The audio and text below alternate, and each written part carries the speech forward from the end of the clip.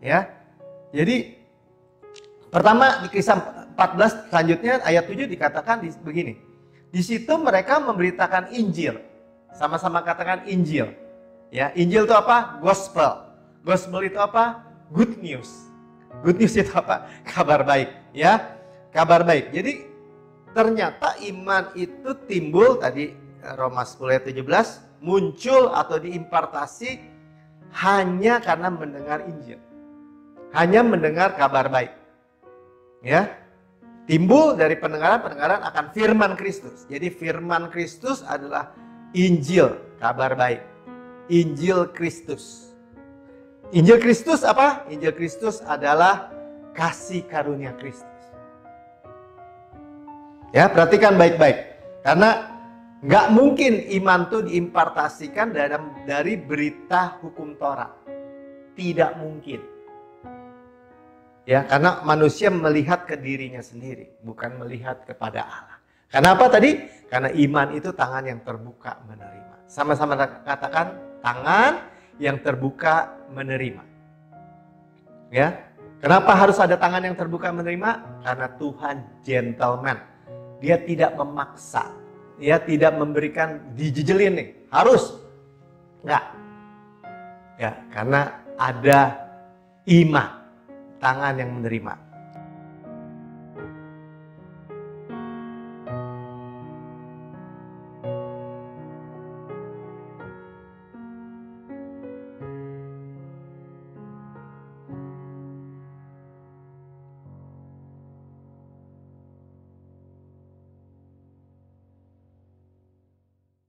Ya, shalom, saudara yang sangat dikasihi Tuhan, bahkan yang paling dikasihi Tuhan. Jumpa lagi dengan saya, Pendeta Melkisedek Tanok. Dalam tayangan kita ini adalah ciptaan baru. Yang lama, hukum Taurat, tuntutan sudah berlalu.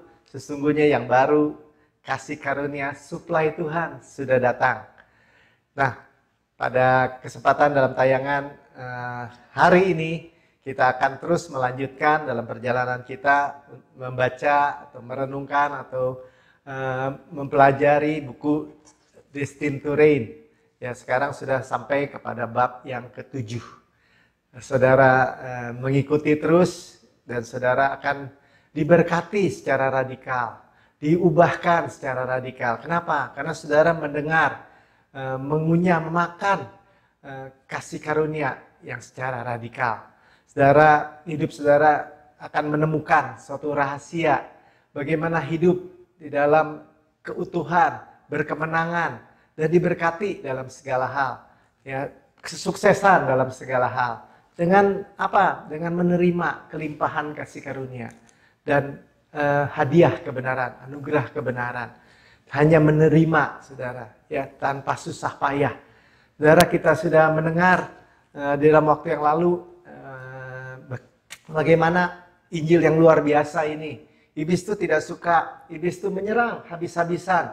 Bagaimana saya menulis ya bahwa dikatakan dia melalui kontroversi, pagar-pagar, ya, sign atau papan tanda, hati-hati sesat, ya, sehingga orang mundur, sehingga orang menjauh.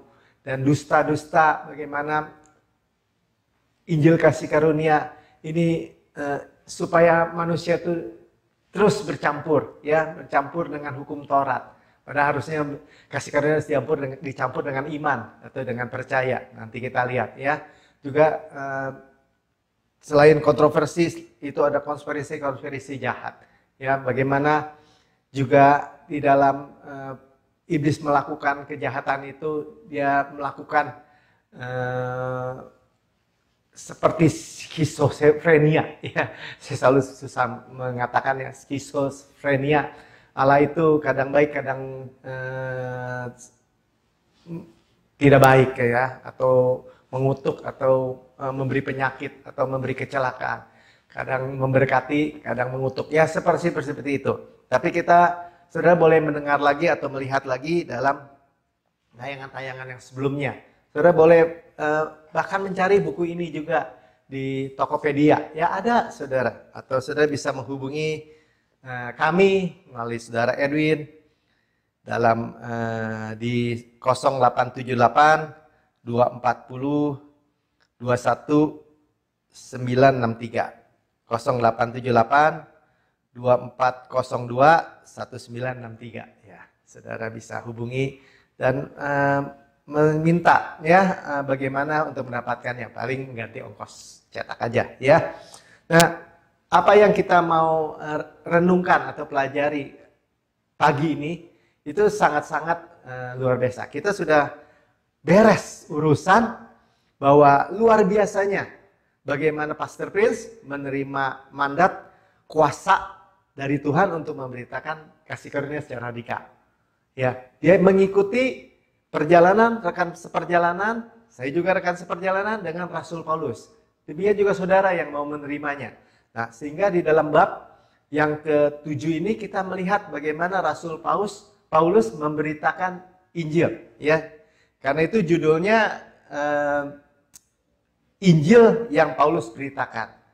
Ya, saya kasih subjudul untuk bagian yang pertama, Injil Kristus yang penuh kuasa. Ya, saudara nanti lihat ya. Saudara boleh mencatat dulu beberapa ayat yang kita akan renungkan kali ini. Roma 10 ayat 17, Roma 10 ayat 17, Kisah 14 ayat 8 sampai 10, Kisah 14 ayat 8 sampai 10, Kisah 13 ayat 38 sampai 39, Kisah 13 38 sampai 39, Ibrani 4 ayat 2, Ibrani 4 ayat 2, Yesaya 65 ayat 16, Yesaya 65 ayat 16 dan Wahyu 3 ayat 14. Wahyu 3 ayat 14.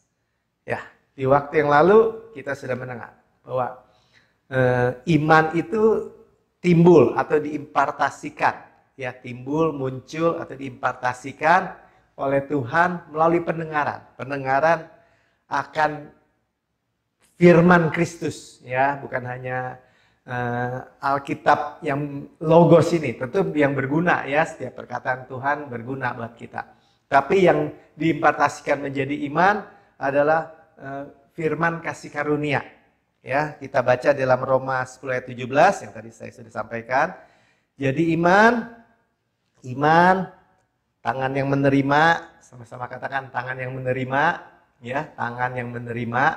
Iman itu juga yang berlaku, mata uang yang berlaku di surga. Saya sering katakan juga ya, mata uang yang berlaku di surga. Tuhan hanya melihat iman. Jadi iman, ya, tangan yang menerima itu timbul dari pendengaran, dari hearing, mendengar.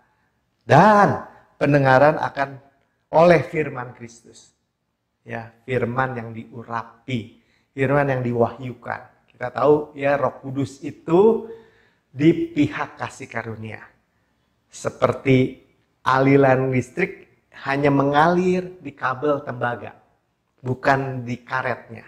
Ya, jadi Roh Kudus hanya mengalir melalui kasih karunia di kabel tembaga itu. Ya, kalau hukum Taurat seperti menetralkan karetnya, ya. Jadi tidak ada impartasi iman kalau kita mendengar bukan firman Kristus, ya. Jadi waktu kita mendengar firman Kristus itu terjadi impartasi iman. Nanti kita langsung lihat ya, bagaimana yang kita akan renungkan itu bagaimana Paulus menyampaikan kabar baik di Listra. Ya, kita mulai dari Kisah 14 ayat 8 ini. Ya, bagaimana ada seorang yang lumpuh sejak lahir. Ya, jadi sejak lahir lumpuh, dia cuma bisa duduk di situ dan mendengar. Dia hanya bisa diangkat dari satu tempat ke tempat yang lain, hanya bisa mendengar. Dia duduk, ya, dan dia tidak pernah bisa berjalan karena lumpuh sejak lahir. Ya, jadi secara manusia dia itu sudah tidak ada harapan, ya, tidak mungkin, mustahil dia bisa sembuh, ya. Jadi Kisah 14 ayat 8 dimulai dan 9 ya saya bacakan sambil kita merenungkan ya situasinya. Jadi Rasul Paulus kan tadi kita melihat Injil yang diberitakan Rasul Paulus. Rasul Paulus berkhotbah dari kota ke kota, dari kota ke kota, hanya memberitakan Injil. Dan ada orang di Listra, orang lumpuh, hanya mendengar. Dan dia mendengar lagi. Dan dia mendengar lagi. Jadi mendengarnya itu imperfect tense ya, kata kerjanya. Jadi dia bukan hanya mendengar sekali. Dia mendengar lagi, dia mendengar lagi. Nanti kita lihat. Di Listra, ya, ada seorang yang duduk saja. Ya, jadi butuh orang untuk gendong. Dia hanya duduk saja. Listra itu artikelnya ransoming. Ya, ransoming. Bahasa Inggrisnya ya, saudara. Artinya menebus dosa. Arti kata kota Listra ini. Ya. Karena lemah kakinya dan lumpuh sejak ia dilahirkan. Belum pernah dapat berjalan. Dia disebut impotent. Ya, impotent in his feet. Kakinya tidak mampu buat apa-apa lagi. Lemah. Dan lumpuh sejak ia dilahirkan. Dan dia belum pernah dapat berjalan. Masalah yang mustahil ya bagi manusia. Ayat 9, ia duduk. Tapi ia duduk mendengarkan. Ketika Paulus berbicara dan Paulus menatap dia dan melihat bahwa ia beriman dan dapat disembuhkan. Ya, ayat 10, lalu Paulus dengan suara nyaring kata Paulus dengan suara nyaring, berdirilah teguh di atas kakimu. Dia mendengar dan mendengar. Dia lumpuh, tidak bisa berjalan. Ya, impotent, tidak bisa berjalan sejak lahir. Dia dari tempat ke tempat Paulus memberitakan Injil. Memberitakan kabar baik. Nanti kita lihat kabar baik apa yang Paulus beritakan. Tetapi ini kita lihat orang itu hanya mendengar. Duduk dan mendengar dan lumpuh. Sudah lihat ya. Hukum Taurat itu mendiskualifikasi atau menggagalkan orang yang terbaik, manusia yang terbaik di antara kita. Tetapi kasih karunia itu menyelamatkan orang yang terburuk. Bahkan di antara manusia, di antara kita. Ya, termasuk saya, termasuk saudara. Ya, berdirilah teguh, tegak di atas kakimu. Mungkin dia mendengar, air matanya mengalir, dan dia muncul iman. Dia tidak melihat lagi akan impoten atau kelemahan kakinya, dan dia mulai percaya apa yang Paulus beritakan.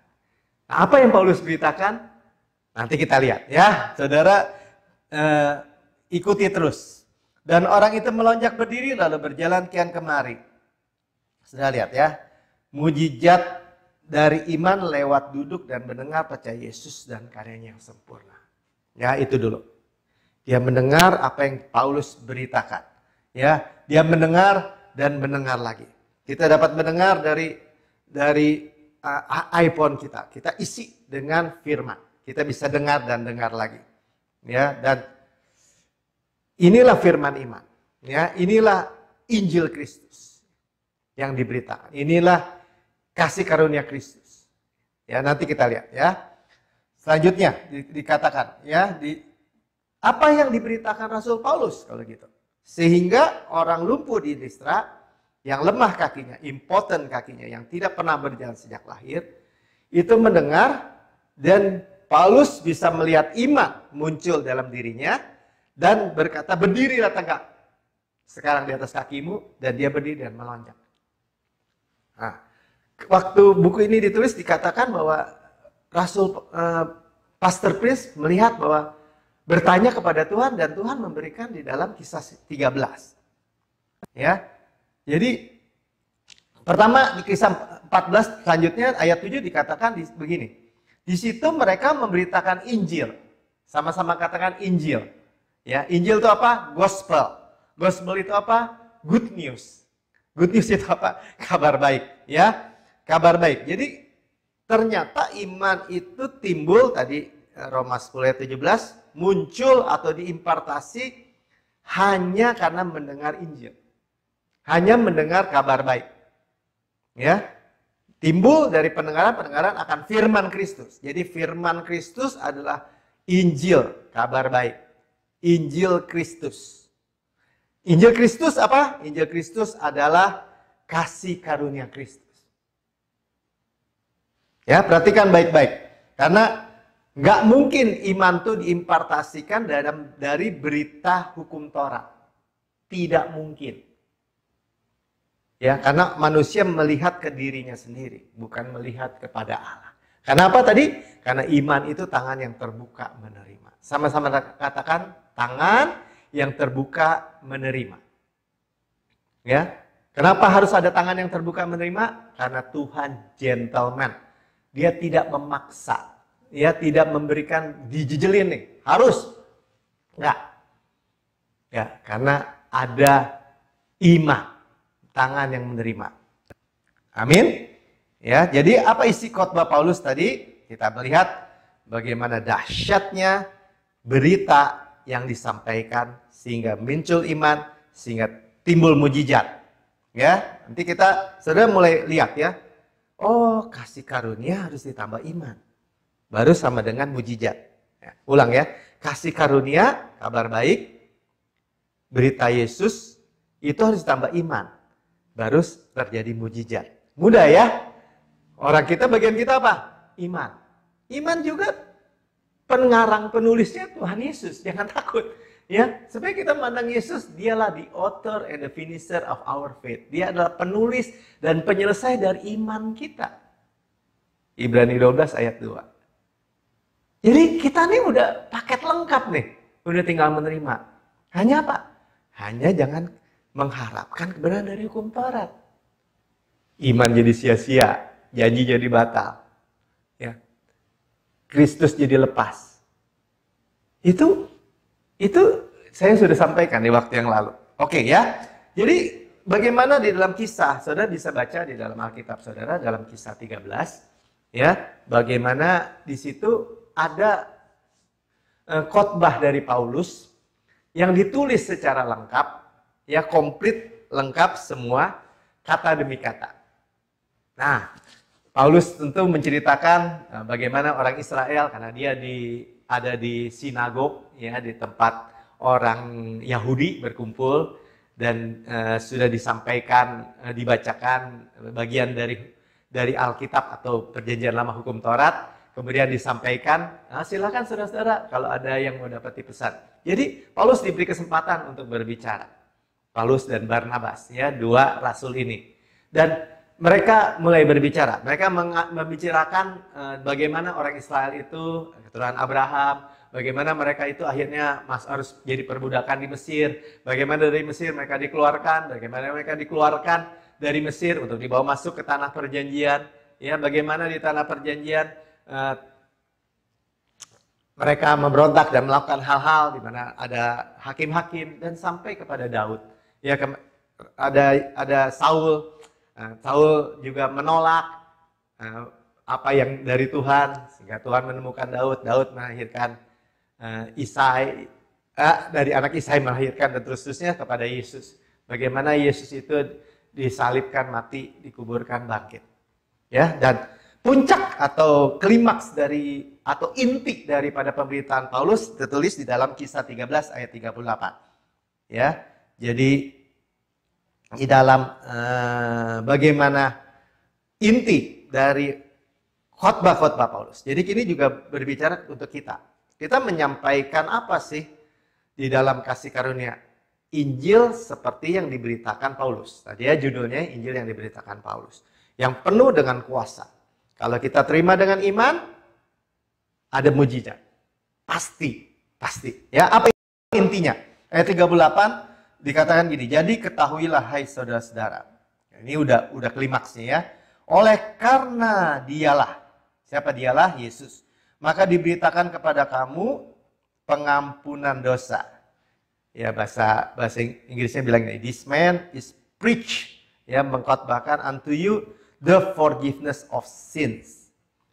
Pengampunan dosa. Ya, sama-sama katakan pengampunan dosa. Yang selanjutnya di ayat 39 dikatakan apa? Dan di dalam dialah, atau Yesus tadi, setiap orang yang percaya, tidak ada persyaratan lain. Hanya percaya, iman, menerima tadi kan? Ya, bukan kamu berdiri di atas hukum Taurat, bukan. Banyak minta ampun, minta pengampunan dosa, bukan. Banyak puasa berdoa, bukan. Percaya, ya, tidak ada persyaratan lain memperoleh pembebasan dari segala dosa. Ya, jadi bukan hanya pengampunan dosa, pengampunan dari segala dosa, pembebasan dari segala dosa. Dibenarkan secara penuh. Oke, saya bikin singkat aja. Apa yang diberitakan Paulus? Pengampunan segala dosa. Sama-sama katakan pengampunan segala dosa. Dan dibenarkan sepenuhnya. Sama-sama katakan dibenarkan sepenuhnya. Pengampunan segala dosa dan dibenarkan sepenuhnya itu adalah inti berita Injil yang disampaikan oleh Paulus. Ya, yang tidak dapat kamu peroleh dari hukum Taurat Musa.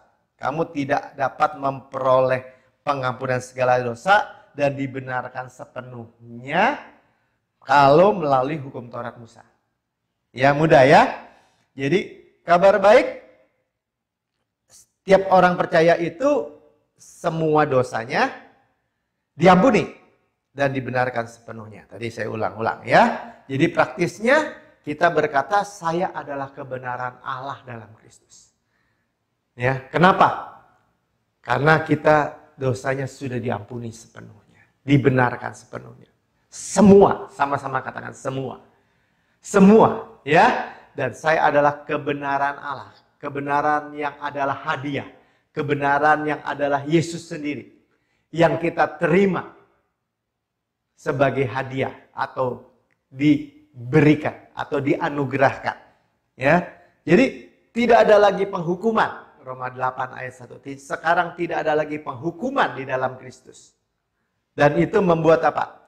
Dan membuat segala dosa kita diampuni dan segala berkat itu menjadi milik kita. Waktu yang lalu saya sampaikan ya. Saudara lihat yang di bab 6. Bagaimana Mazmur 103 ayat 1 sampai 5. Bagaimana pengampunan segala dosa adalah ibu dari segala berkat. Begitu mudah, saudara. Begitu simpel. Ya, jadi kita nggak perlu menolaknya. Ya, jadi orang di Listra itu dia mendengar itu, dia mendengar lagi, dan air matanya mulai mengalir. Dan dia katakan, Tuhan, saya tidak layak, tapi saya menerima tuh pengampunan segala dosa dan dibenarkan sepenuhnya oleh Tuhan. Dia mengalihkan pandangannya dari kakinya yang lumpuh kepada Injil kabar baik. Dia mengalihkan semua kepada Yesus. Dan Rasul Paulus lagi khotbah, dia lihat, ada iman. Dan kan jadi kata, berdirilah tegak dengan kedua kakimu. Ya, ayat 3 Kisah 14 ayat 10 kata Paulus dengan suara nyaring. Jadi dengan suara nyaring dikatakan, berdirilah tegak di atas kakimu. Dan orang itu melonjak berdiri lalu berjalan kian kemari. Ya, jadi hanya, sudah lihat ya, dari khotbah Paulus, hanya mendengar Injil kabar baiklah, hanya mendengar Injil kabar baik kasih karunialah, timbul iman. Sama-sama kan? Hanya mendengar kasih karunia, Injil kasih karunia kabar baik, timbul iman. Saudara jangan mengharapkan iman itu timbul dari hukum Taurat. Nggak akan. Nggak akan. Ya, dengan tegas saya katakan tidak akan. Hanya timbul iman dari mendengar Injil kabar baik kasih karunia. Dan mujizat terjadi. Jadi lihat ya, saya buktikan. Bagaimana iman itu timbul dari kabar baik. Ibrani 4 ayat 2. Karena kepada kita diberitakan juga kabar kesukaan. Gospel ya, kabar baik, sama seperti kepada mereka itu yang mewarisi Kanaan tuh, kepada Yahudi, Israel ya. Tetapi firman pemberitaan itu tidak berguna bagi mereka. Dikasih kabar baik, gospel tidak berguna. Karena apa? Karena tidak bertumbuh bersama-sama oleh iman. Bahasa King James-nya bilang ini, not being mixed with faith. Nah, saya sering sampaikan kan, jangan percampuran. Baca tuh dari bab 2 sampai bab 6. Iblis itu berusaha memasukkan percampuran. Supaya iman jadi sia-sia, janji jadi batal. Supaya kamu lepas dari Kristus. Tetapi kasih karunia kita campur. Ya, ayat ini katakan mix, campur dengan iman. Sama-sama katakan campur dengan iman. Ya, tadi saya katakan gini, campur dengan iman itu adalah kita menerima. Tangan yang terbuka menerima. Dengan mereka yang mendengarnya. Ya, jadi gospel kita dengar, kabar baik kita dengar, campur dengan iman. Praktisnya gimana, Pak? Praktisnya ketika saudara mendengar firman Kristus ini, Injil Kristus ini, kabar baik ini, saudara mendengar. Timbul iman, saudara katakan ini, amin. So be it, saya percaya. Ya. Supaya lanjut ya. Ibrani 4 ayat 6 katakan ini, sudah jelas, jadi clear bahwa ada sejumlah orang yang akan masuk ke tempat perhentian. Akan masuk ke tempat perhentian. Tanah Kanaan itu disebut tempat perhentian Tuhan. God's rest. Sedangkan mereka yang kepadanya lebih dahulu diberitakan kabar kesukaan, yaitu Yahudi, yaitu Israel, terima dengar dulu, tidak masuk karena ketidaktaatan. Lihat ya, jadi ini iman nih supaya jelas nih. Karena ketidaktaatan mereka. Tapi dalam bahasa Inggrisnya bagus ya disebutnya. Not in, tidak masuk karena mereka unbelief. Jadi kalau saudara tanya, iman itu apa, Pak? Percaya. Sama-sama kata percaya. Jadi semua qualified nih. Saudara katakan nih, Tuhan saya percaya. Jangan bantah-bantah. Jangan mau lagi kena kontroversi iblis itu. Ya, perdebatan, pertentangan. Enggak. Ya, kita dengar. Mereka tidak percaya ketika mendengar tuh orang Yahudi. Makanya 3 juta lebih yang sebagian besar dari mereka yang umurnya 20 tahun ke atas tidak masuk, mati di padang gurun, kecuali Yosua dan Kaleb. Kalau menurut ayat Ibrani 4 ini ayat 6, karena mereka percaya 2 orang ini. Percaya apa, Pak? Percaya bahwa Tuhan bilang, masuk dan menduduki negeri. Go in and possess the land. Mendudukinya gimana, Pak? Nanti saya yang berperang. Kata Tuhan, the battle is mine. Peperangan itu milikku. Jadi gimana? Ya masuk. Maju aja. Nanti kamu mewarisi.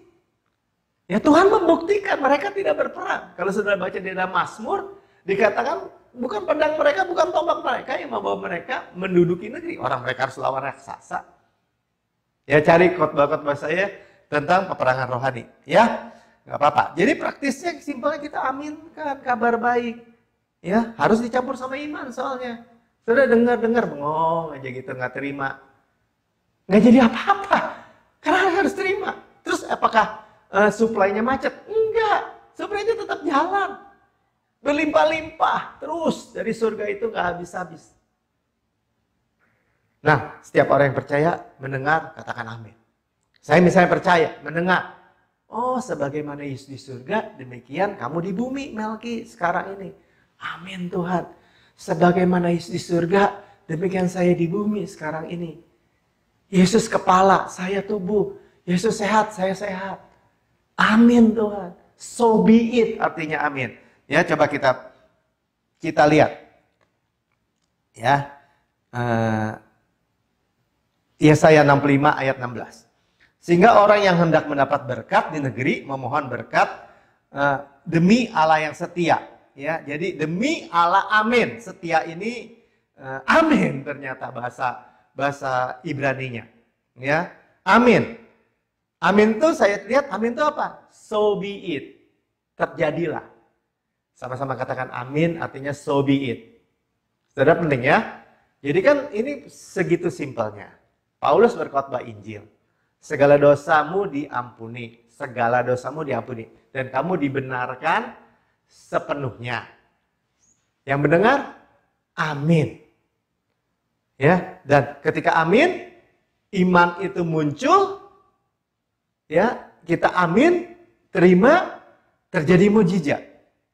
Ya tadi dikatakan mendapat berkat karena memohonkan berkat demi Allah yang setia, demi Allah amin. Orang yang hendak bersumpah di negeri akan bersumpah demi Allah yang setia. Allah amin juga. Ya, jadi kesesakan-kesesakan yang dahulu sudah terlupa. Makanya penyakit segala macam kesesakan sudah terlupa. Dan sudah tersembunyi dari mataku. Jadi apa yang tersembunyi? Dosa-dosa dan pelanggaran. Ya, mereka di perjanjian lama masih tersembunyi, masih bayangan. Di perjanjian baru sudah diungkapkan atau disingkapkan atau diwahyukan. Diungkapkan, disingkapkan, dibahyukan, sama ya. Disingkapkan, di-reveal. Yang di perjanjian lama masih tertutup, masih bayangan. Concealed, tertutup. Ya, bayangan. Ya, jadi ketika di buku ini juga ditulis, bagaimana penulis yaitu Pastor Prince, dia memberitakan kasih karunia, dia memberitakan dengan berani seperti Rasul Paulus. Dan seluruh orang yang mendengar, ada yang menerima, tapi ada yang membuat fitnahan, tuduhan. Nah ini kita masuk ya. Ketika kita sudah terima, oh gampang ya, tambah iman, terjadi mujizat. Tetapi ada orang-orang yang mendengar dan menulis email-email jahat. Ya nanti kita lanjut di bagian kedua ya, bagaimana ini mafia agamawi.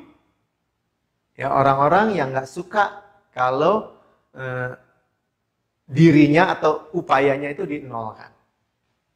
Ya, karena Yesus itu tadi dikatakan Tuhan itu Allah amin. Wahyu 3 ayat 14 katakan gini, tuliskan kepada jemaat di Laodikia, inilah firman dari amin. Ya, Yesus firman amin. Saksi yang setia dan benar, permulaan ciptaan Allah. Ya, Yesus. Ya, jadi kita lihat ya, saudara mendengar firman Tuhan, segala dosa saudara telah diampuni, saudara dibenarkan secara sepenuhnya, saudara bilang apa? Amin. Saudara menerima, artinya kita katakan Yesus. Waktu kita katakan Yesus, itu kita terima mujizat. Terima mujizat Yesus.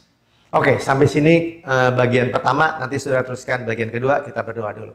Bapak terima kasih kami di dalam bagian pertama dari bab 7 ini, kami sudah mendengar.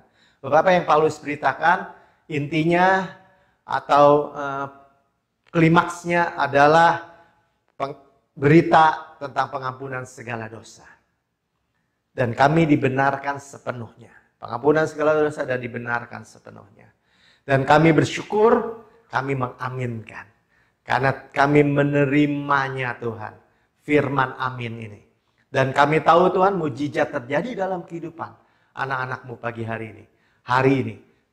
Yang lumpuh berjalan, yang tuli mendengar, yang bisu berkata-kata, yang buta melihat, yang mati dibangkitkan. Kami percaya Tuhan. Semua masalah-masalah yang sudah buntu, sudah mati, masalah-masalah keuangan, masalah-masalah kesehatan, masalah-masalah keluarga, dihidupkan kembali Tuhan. Karena kami memandang kepada Allah yang hidup. Allah, Tuhan yang adalah Allah yang amin. So be it, terjadilah apa yang karyamu yang sudah sempurna, selesai, lengkap, yang sudah terlaksana bagi kami. Di dalam nama Tuhan Yesus, haleluya. Amin.